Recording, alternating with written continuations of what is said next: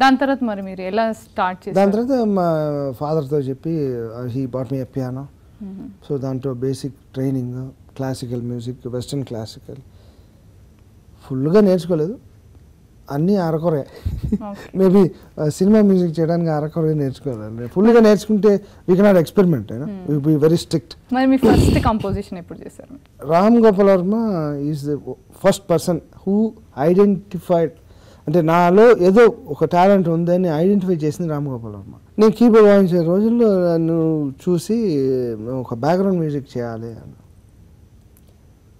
అది అంతం అనే సినిమా. అంతము ఎలా నా చేత ఎలా,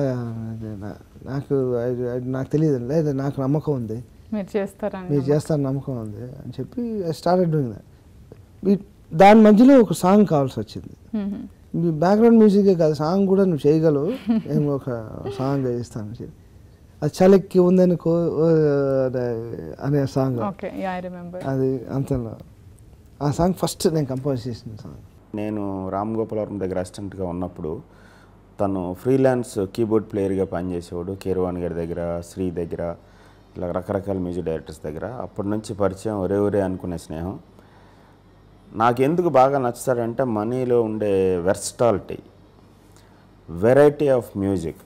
ఒక ఓల్డ్ మ్యూజిక్ కానీ, వెస్ట్రన్ మ్యూజిక్ కానీ, డిస్కో మ్యూజిక్ కానీ, క్లాసికల్ మ్యూజిక్ కానీ, పాప్ మ్యూజిక్ కానీ, ఫోక్ మ్యూజిక్ కానీ, ఎనీథింగ్ ఏది అడిగినా సరే ఇమ్మీడియట్గా వెల్ ఎక్విప్డ్ కాబట్టి రెడీగా ఉంటాడు.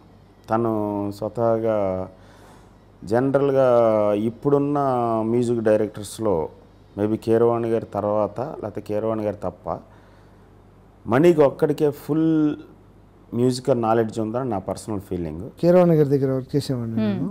ఆయనతో వర్క్ చేయడం ఎలా అనిపించింది? ఆయన లిమిటెడ్గా యూజ్ చేస్తారు, ఆయన అంతే లైవ్ ఇన్స్ట్రుమెంట్స్ ఎక్కువ యూజ్ చేస్తారు. సో కీబోర్డ్ కొంచెం తక్కువ ఉంటుంది, కానీ is particular about what he wants. మరి రాజ్కోట్ గారితో పనిచేసినప్పుడు ఎలా అనిపించింది? కీరవాణి గారికి కాబట్టి ఆపోజిట్, ఈ ఫుల్ కీబోర్డ్ అనమాట, ఎక్కువ కీబోర్డ్ లేదే అక్కడ రికార్డింగ్ ఉండదు. అప్పుడే నేను రెహమాన్ పనిచేసాను.